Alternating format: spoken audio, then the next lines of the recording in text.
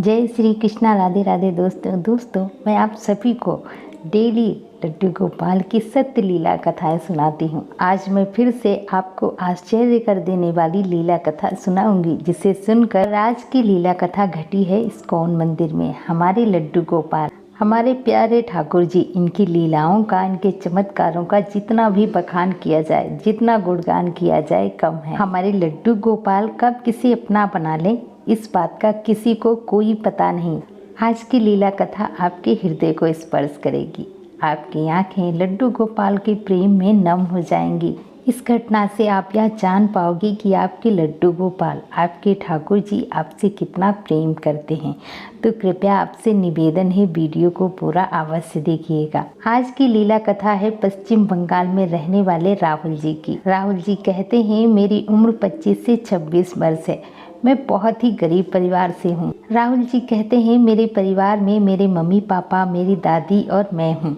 मेरे पापा एक छोटा सा होटल चलाते हैं, जिसमें वो खाने पीने की चीज़ें बेचते हैं। राहुल जी कहते हैं, पैसे की तंगी से आकर हमने पढ़ाई भी पूरी नहीं कर पाई है। बचपन से ही मैं अपने पापा के साथ होटल में काम करवाता था। आजकल के बच्चों की तरह मेरे पास ना ही फ़ोन था, ना ही कोई सुख सुविधाएं।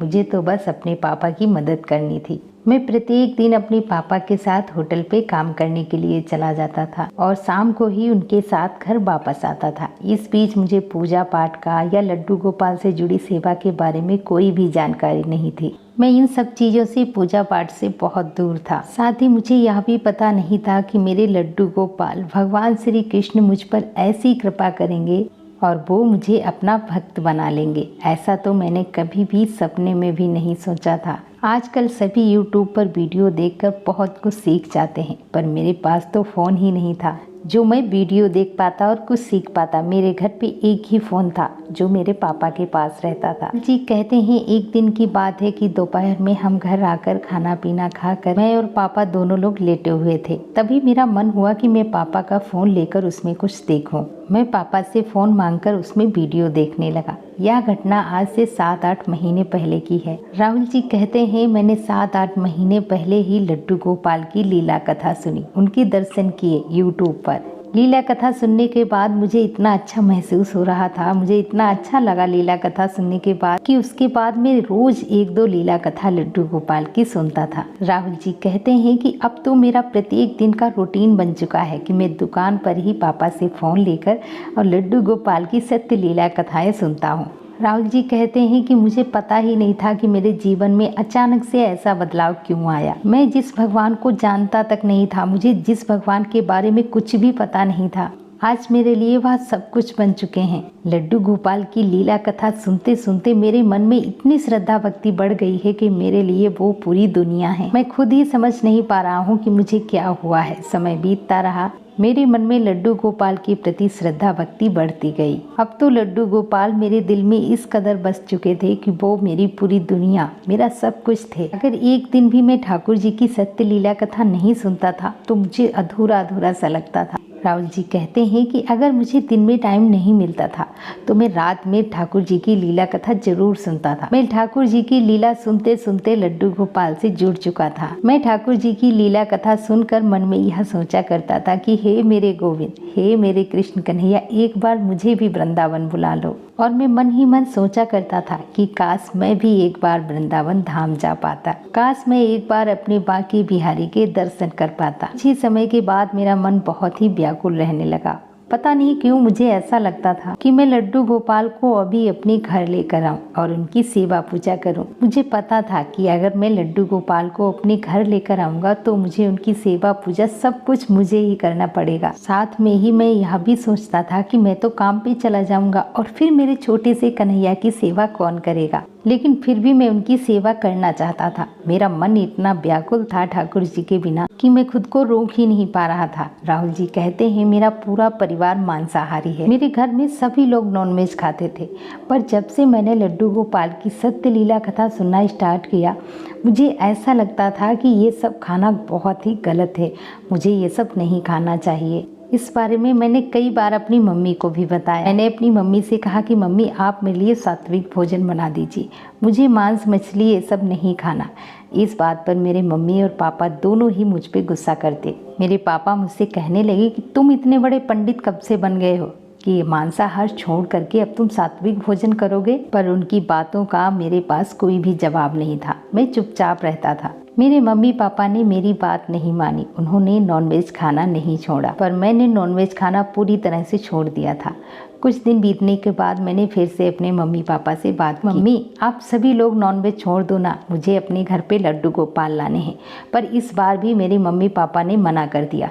पता नहीं क्यों उनके मन में एक अजीब सा डर था, क्योंकि मैं अपने मम्मी पापा की इकलौती संतान हूँ। उन्हें ऐसा लगता था कि अब मैं भक्ति के मार्ग पे जा रहा हूँ, कहीं मैं बाबा ना बन जाऊँ। मैंने उन्हें कई बार बताया कि मम्मी पापा मुझे सिर्फ अपने ठाकुर जी की सेवा करनी है, पर उन्होंने मेरी बात एक बार भी नहीं मानी। फिर बिना कुछ सोचे बिना किसी को बताए मैं एक दिन अपने घर पे लड्डू गोपाल लेकर आता हूँ। लड्डू गोपाल हमारे घर आने से मेरे मम्मी पापा बहुत ही ज़्यादा गुस्सा हो गए और उस दिन उन्होंने मुझे बहुत डांटा था, पर उनकी डांट का मुझ पे कोई फर्क नहीं पड़ा। मैं तो उल्टा बहुत ज़्यादा खुश हो रहा था। मैं मन ही मन में सोच रहा था कि हे प्रभु आप मेरे घर आए हैं, मेरे घर लड्डू गोपाल आए हैं। इसी बात को लेकर मैं बहुत ही ज़्यादा खुश था और मैं मन ही मन में सोच रहा था कि अब चाहे जो हो जाए, अब तो मेरे घर लड्डू गोपाल आ ही चुके हैं, अब मैं उनकी अच्छे से सेवा करूँगा। राहुल जी कहते हैं कि मैं जल्दी उठ जाता था। उसके बाद मैं अपने ठाकुर जी को स्नान करवा के उनका श्रृंगार करता था और उनको भोग लगा देता था। उसके बाद मैं अपने पापा के साथ काम पर चला जाता था। ऐसे ही लगभग 1 महीना बीत गया।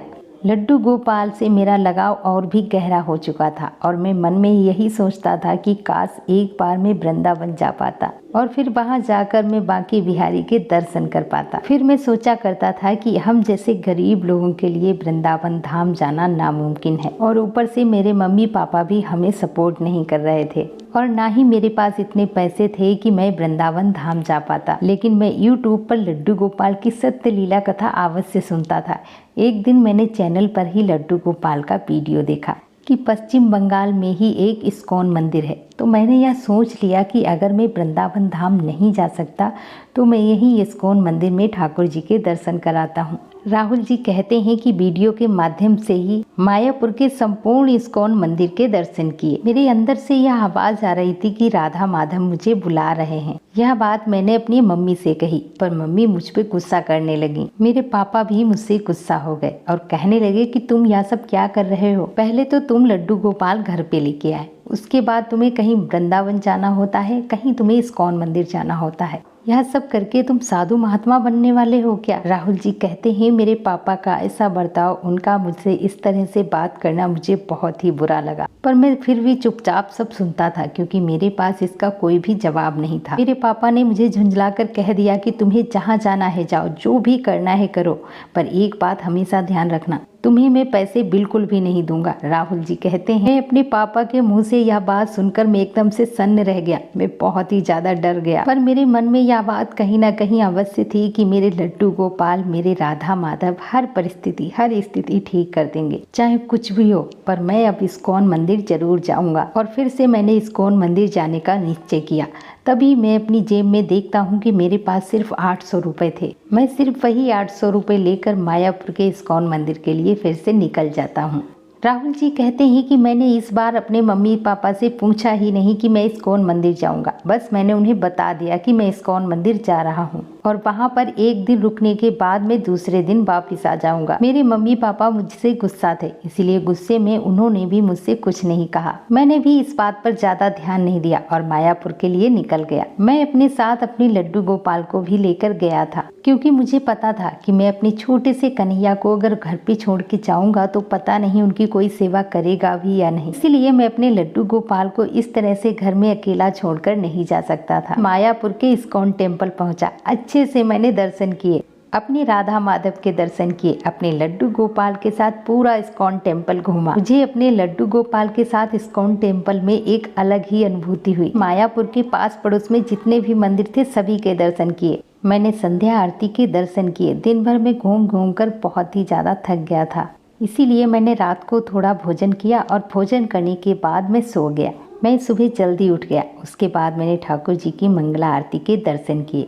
मंगला आरती के दर्शन के बाद मैंने श्रृंगार आरती के भी दर्शन किए और वहीं पर मैंने भागवत पाठ सुना। पाठ सुनने के बाद मैंने अपने ठाकुर जी को स्नान कराया, उनका अच्छा सा श्रृंगार किया, उन्हें भोग लगाया और अपने साथ ही लेकर लड्डू गोपाल को घूम रहा था। सुबह आरती दर्शन के बाद, सभी मंदिरों के दर्शन के बाद मुझे बहुत जोर से भूख लगी। मैंने सोचा पहले जाकर मैं कुछ खा लेता हूँ। देर न करते हुए मैं खाने के लिए जाने लगा, पर जैसे ही मैंने अपनी जेब में हाथ डाला मेरे पास सिर्फ 300 रुपए थे। मैं सोचने लगा कि अगर मैं इन पैसों को खाने में खर्च कर दूंगा फिर मैं अपने घर कैसे जाऊंगा। घर जाने के लिए मेरे पास पैसे ही नहीं बचेंगे। मेरा मन बहुत ही उदास हो गया। मुझे बहुत जोर से भूख लगी थी। मैं पैदल पैदल ही भीड़ के बीच में चल रहा था। मैं अपने लड्डू गोपाल को निहार रहा था और मैं मन ही मन सोच रहा था, हे मेरे गोविंद, मुझे आज क्या भूखा ही रहना पड़ेगा। भीड़ के पीछे चलते चलते मैं सुलभ किचन के पास पहुंच जाता हूं और वहीं पर एक पेड़ के नीचे मन उदास करके मैं बैठ जाता हूं। मुझे कुछ भी अच्छा नहीं लग रहा था क्योंकि शाम को भी मैंने भरपेट खाना नहीं खाया था। मुझे बहुत जोरों की भूख लगी थी।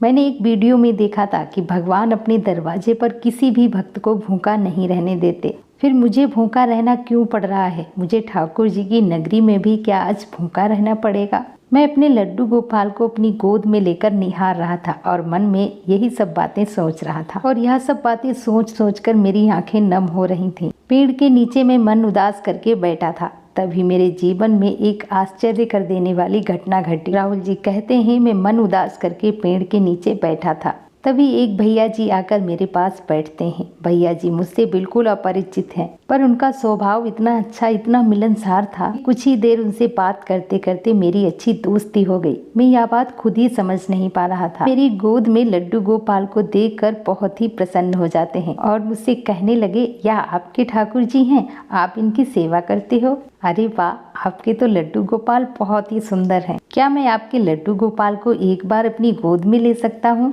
मैंने भी खुशी खुशी अपने लड्डू गोपाल को उनकी गोद में दे दिया। थोड़ी देर मेरे लड्डू गोपाल के साथ खेलने के बाद, उनसे लाड़ लड़ाने के बाद वो मेरे लड्डू गोपाल को मेरी गोद में वापस दे देते हैं। तभी अचानक से उनके फ़ोन पर एक कॉल आता है।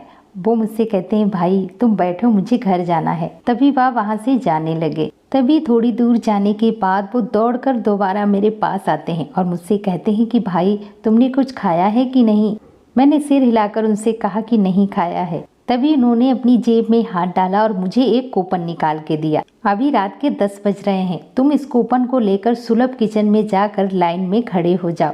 थोड़ी देर बाद इस कूपन को देखकर तुम्हें भोजन मिल जाएगा। राहुल जी कहते हैं कि उन भैया ने मुझसे कहा कि मैं आज इस्कॉन टेम्पल में सुलभ किचन में प्रसाद ग्रहण करना चाहता था, पर मेरी पत्नी ने मेरे लिए आज 56 भोग बनाए हैं, इसीलिए यह कूपन तुम रख लो और तुम प्रसाद को ग्रहण कर लेना। राहुल जी कहते हैं मैं उन भैया की बात सुनकर हैरान रह गया क्योंकि उन्होंने अपना कूपन मुझे दे दिया।